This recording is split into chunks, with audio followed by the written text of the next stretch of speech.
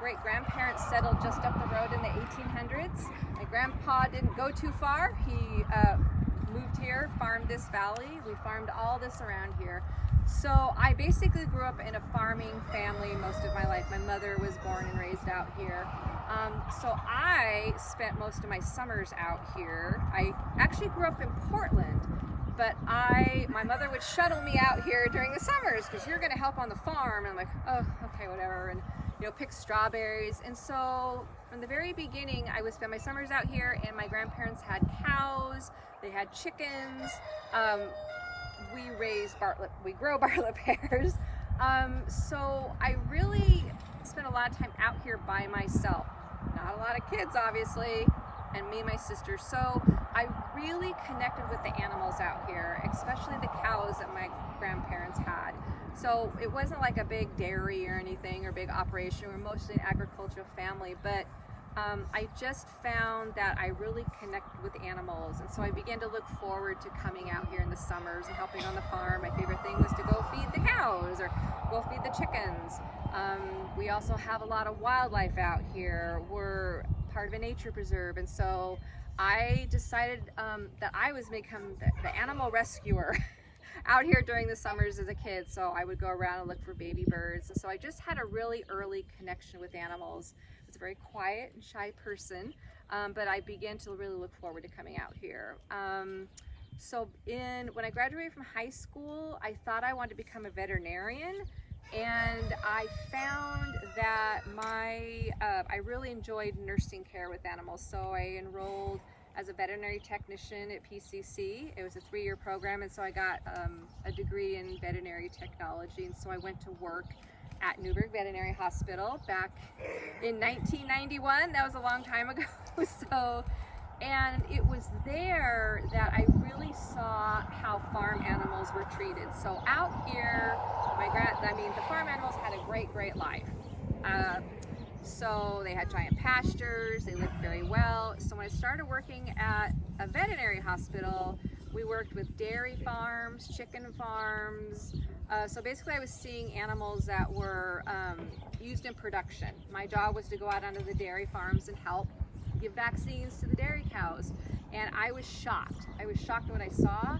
And I, like everybody else, thought that cows and chickens lived these great lives. I was also went out onto chicken farms where they had like 50,000 birds, and I had to help there, and so there were these giant sheds. So I just got a real wake-up call about how farm animals were really treated.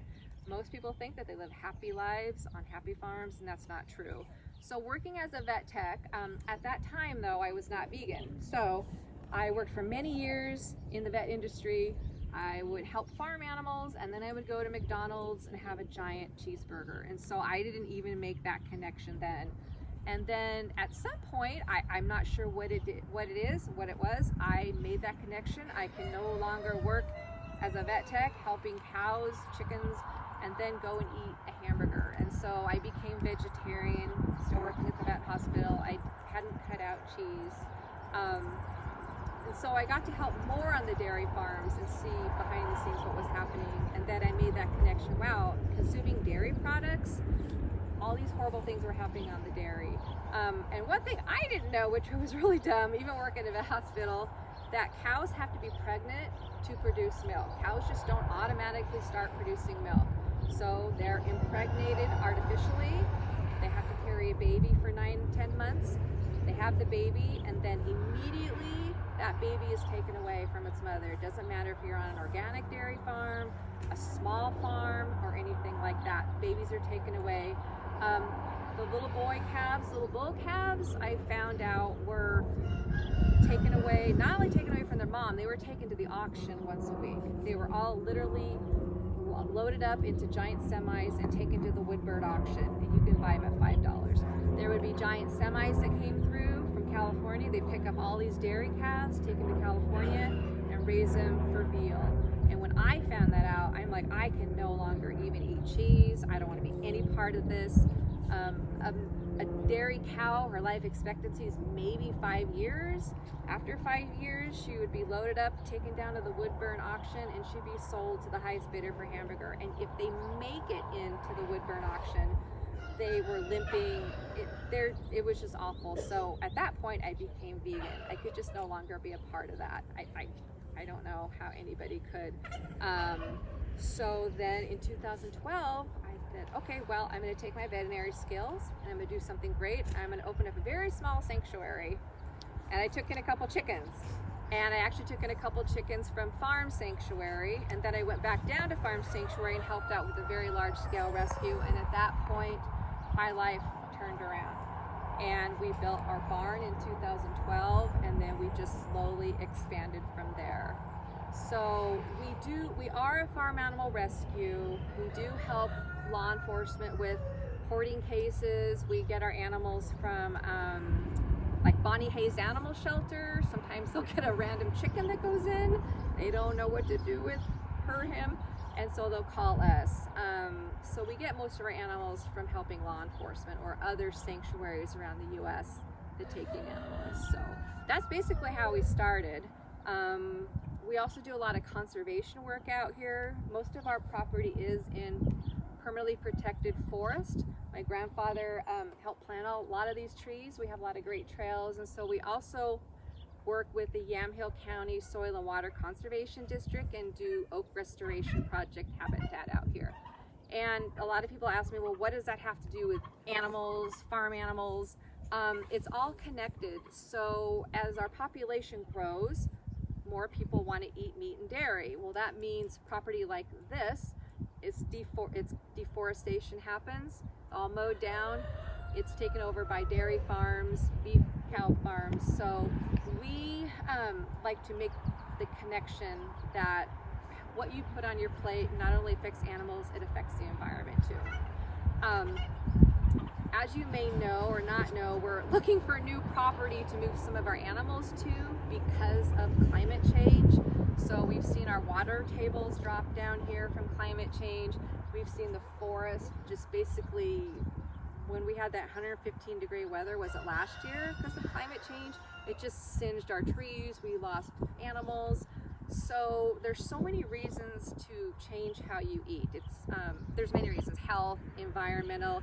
So we like to use this sanctuary as not only an animal rescue, but for an education to tell people about what we do. So that's great. That's why. That's great. Thank do you. Have you. Any questions or? And we're all volunteer run. Well, we have a few great staff members, but mostly we're all volunteer run. And I started doing this all on my own. And then I realized I just can't do it. And so, how many volunteers do we have? We have 2 a day, and then 2 or 3 a day. Yeah. Each morning. This is Peter. He's Hi. our evening staff caretaker. So Yeah. he's been with us a long time. Yeah, on and off for, I don't know, 2 or 3 years. Yeah. I don't know, if you want me to talk, I can talk. Sure. Yeah. What's your experience? Hi, I'm Peter. What is my experience? My partner, maybe 4 or 5 years ago, came out here with one of her friends, co-worker at the time, and looked into our lovely cow's bird's eyes and decided that, she had been wanting to be vegetarian and trying and going through that cycle of this is hard, I don't know what to cook and all that stuff. And when she came out here in 2018, she said that was it. And so she came home and said, you can do it with me, if not, it's fine, but we just decided to take that plunge together and never looked back, really. And it's, I think we both did it for our own reasons. For me, that whole climate change aspect and the amount of energy it takes to, say, produce a pound of beef versus a pound of corn or cabbage or whatever is just astronomically, to me, the numbers is crazy. And for my partner, she connected a lot more emotionally with the animals, and I think together as a team, that really helped us in our transition. But yeah, we started volunteering out here when we could, both of us just sort of on and off. And when they were looking for help in the evenings after the birth of my daughter a year ago, that really worked out for my schedule, and here I am. So. Alright, so hi everyone. My name's Erin Wing. I am a volunteer here at Wildwood, and I'm also the Deputy Director of Investigations at Animal Outlook, which is a national nonprofit animal advocacy organization based in Washington, D.C. and Los Angeles, California. And we are dedicated to ending the exploitation of farmed animals in the U.S. And at the cornerstone of that work that we do are undercover investigations, which typically have activists obtaining employment at farms across the country and documenting standard practices and cruelty that animals are subjected to at these facilities. And then what we'll do is we'll take that footage that we gather and we'll publish it so that advocates and consumers alike can be aware of what's happening to these animals behind closed doors. Another thing that we do is we take the evidence that we gather and we try to take action for animals and seek justice for them through our legal advocacy work. We also do corporate engagement, which is really cool because we work with various international corporations to essentially try to reduce the suffering and eliminate animal products within the supply chain, and also mainstream the availability of plant-based options for everyone who is, taking part in this food system. We also have vegan outreach, which is where we essentially encourage everyone to choose compassion by leaving animals off their plates.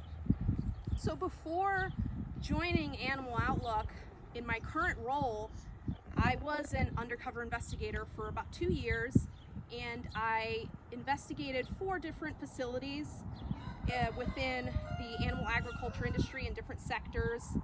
I did a chicken farm investigation, I investigated 2 dairy farms, and also an aquaculture facility, which is otherwise known as a fish farm. To this day, the things that I witnessed and documented still haunt me in a lot of ways.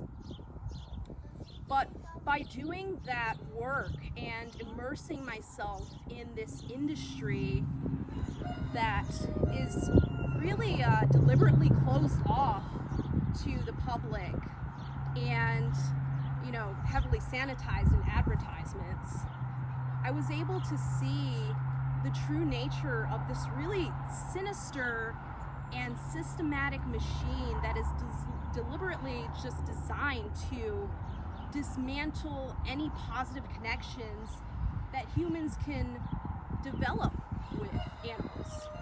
And not only that, but they also exploit every living being that is ensnared within that system. One of the ways that they do that so effectively is through something called standard practices. And standard practices are routine farm procedures that typically involve, on a regular basis, causing animals pain through mutilations or torturing them in specific ways and then also killing them. And these are essentially guidelines that are established by the industry, and farm workers are required to participate in those standard practices. On one of the dairy farms that I investigated, I was able to document one of these standard practices being the act of burning away the sensitive horn tissue and horn buds of baby cows. And at that particular farm that I investigated, they actually did that without administering any anesthesia to the animals to mitigate the pain.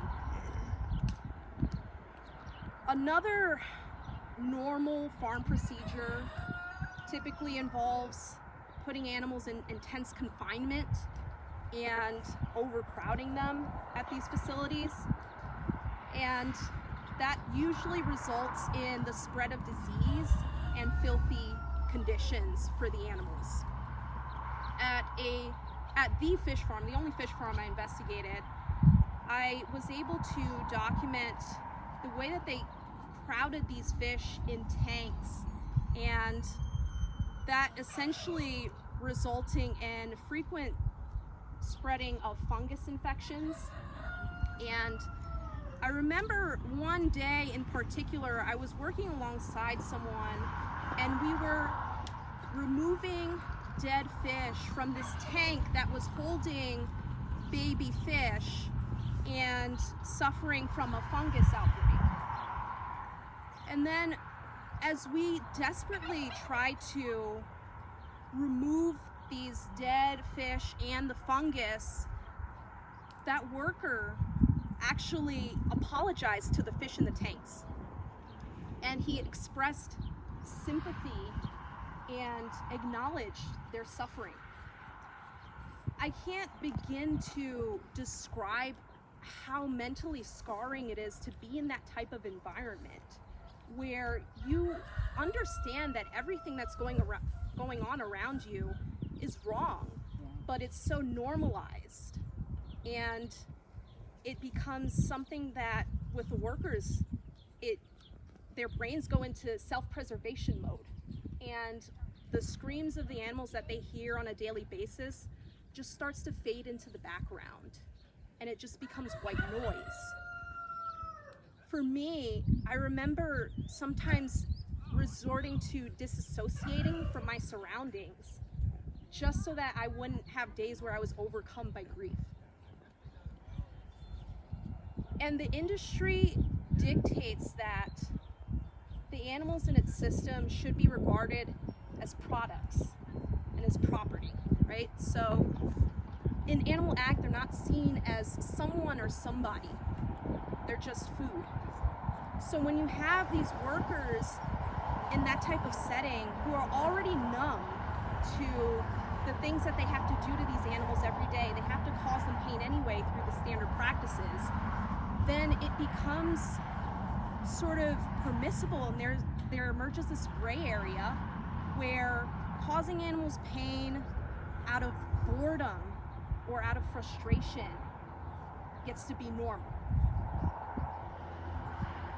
A lot of workers become more inclined to committing really horrific acts of cruelty towards animals, and some of the things that I documented, some examples are at the dairy farms I investigated, workers were twisting cows' tails and dragging them from tractors and also hitting them with objects like wooden canes or metal pipes.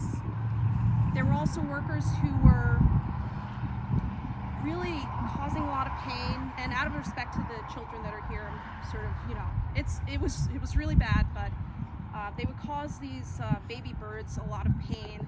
And then a lot of the same workers that I saw express remorse for how they were treating fish were the same individuals I documented also causing fish a lot of pain in many different ways as well. It was really hard for me to sort of witness all of these things and to just realize, unsurprisingly, in my time in the field, that this culture of cruelty and exploitation that is so pervasive in a lot of these places had dug its hooks into not just the animals, but the workers as well. And a lot of the workers that I encountered were immigrants and Spanish-speaking individuals that I would hear stories from them that would remind me of my grandparents, where they came to this country looking for better opportunities for their families and just looking for whatever job they could get just to make enough money to survive. And then they found themselves in these places where they're working long hours for little pay, in dangerous environments, where they're handling hazardous chemicals and toxins like formaldehyde and animal waste. And they're also barely given any animal handling training. So they're dealing with these animals and interacting with them, and there's thousands of them at any given farm, and they're just left to be responsible for these animals with hardly any training. At the end of my career, the toll that it took for me to silently witness and document the experiences of these animals and really so much suffering to expose what they were being subjected to in the animal farming system was almost too much for me to bear. And I feel as though at that point I was losing all the better parts of myself, all those parts that could feel joy or happiness, and that somehow the industry had also tarnished that relationship that I had with animals, to the extent that after I retired and I ended up volunteering here, I was almost afraid to interact with these animals or to even touch them. And a part of me now sometimes feels like, as someone who is a member of this species who positions itself in this way that maintains this sort of superiority, this false superiority over them, that I owe them a debt that can never be repaid. And for some of you here, the idea of challenging this monolithic industry that seems to have such a stranglehold on so many lives can sort of seem daunting, but we try, right? I realized that the best thing that I could do for myself was to continue trying for them and to continue working to make sure that they are seen and that they're heard. And ultimately, when we stand up for them, for these animals, we're saying adamantly to this cruel system that whatever they try to make this world believe about animals and the way that we should treat them, we say that every living being is worthy of protection. And we fight for them and for everyone on this planet to live lives free from undue suffering and harm. And when we do that, we work collectively for a more compassionate future for everyone. And I thank everybody for listening. Thank you. New ones in. You can see like his little new ones coming in there. Do they mind being touched, or do they like I don't think they mind. I mean, they're just kind of showing off. I think they won't. Oh no. Oh well, maybe not. I always say I try, but turkeys are super sweet. They're very sensitive. Oh, Clover. They're so beautiful. All of our turkey. Well, Clover's about a year old. Really? Yeah. He was raised in somebody's house. He had a very, very, very good life. He watched TV, and then they realized they couldn't give him a good life, and so he came out here. But he's our youngest turkey. May is about 10. This is Crowdy Patty. She's 10. We had a lot of really elderly animals out here because many of them arrived here in 2010 when we first opened, and turkeys can live to be about 12.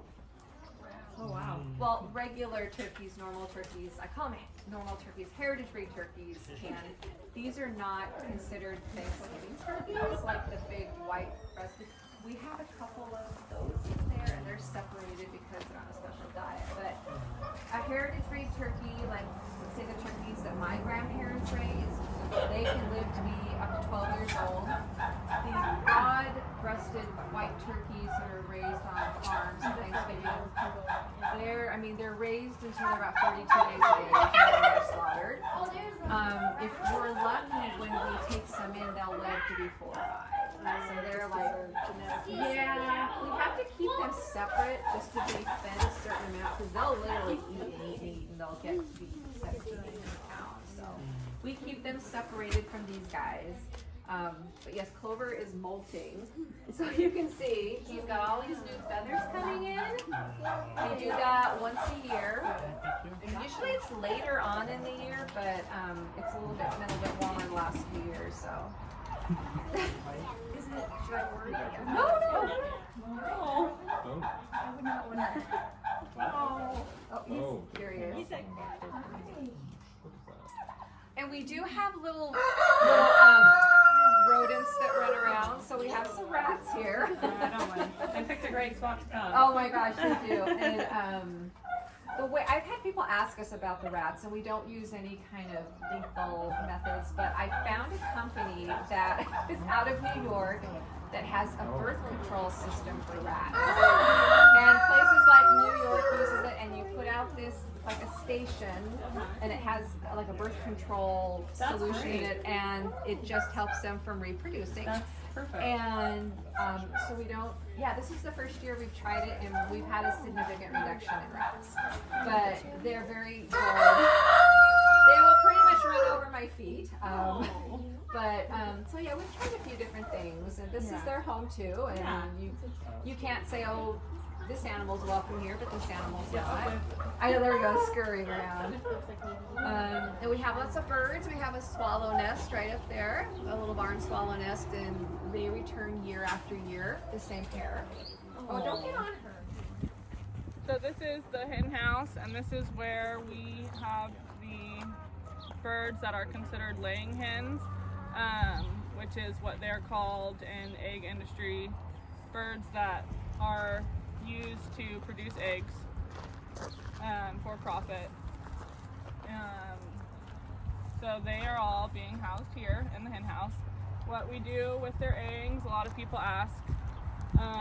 We actually dispose of their eggs. We have this bucket here, and every night we take out the eggs and dispose of them. And some people do express some concern for this idea of waste. And we explain, I like to explain it with the phrase, giving sanctuary and compassion without expectations and without exceptions. So we don't expect anything from them, and we choose to dispose of their eggs instead of using them for any reason, so as not to perpetuate this cycle and this way of viewing them or their bodily secretions or their bodies in general as products or commodities or something for us to consume. So they stay in here. Right now a lot of them are probably inside. We have installed this solar panel powered fan, and they also may be a little bit nervous with all the people around, but they're inside mostly. Except the brave one. And then the turkeys that are in here, you're asking about whether or not the turkeys like kind of boss around the chickens. They're all totally chill in here. Everyone gets along, and the turkeys, some of these turkeys have grown up with these hens because years ago we did not realize that the turkeys were laying eggs underneath the house until one day a bunch of little turkeys came running out from underneath the house. So a lot of these turkeys have just grown up here with these hens, and they definitely appear to be operating as equals in this system they've created that they call their home. So, yeah.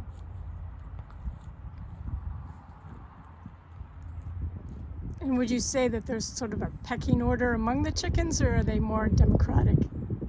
I don't believe that the culture that they have cultivated in this area is much of a pecking order. Maybe that happens in more overcrowded situations.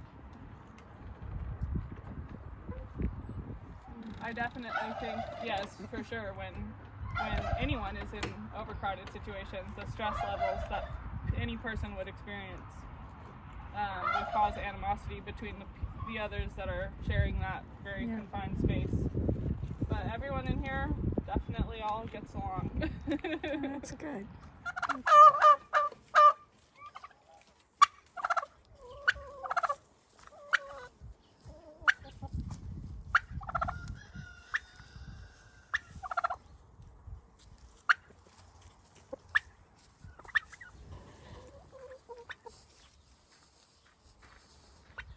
ran and dropped my phone and then I never get it back.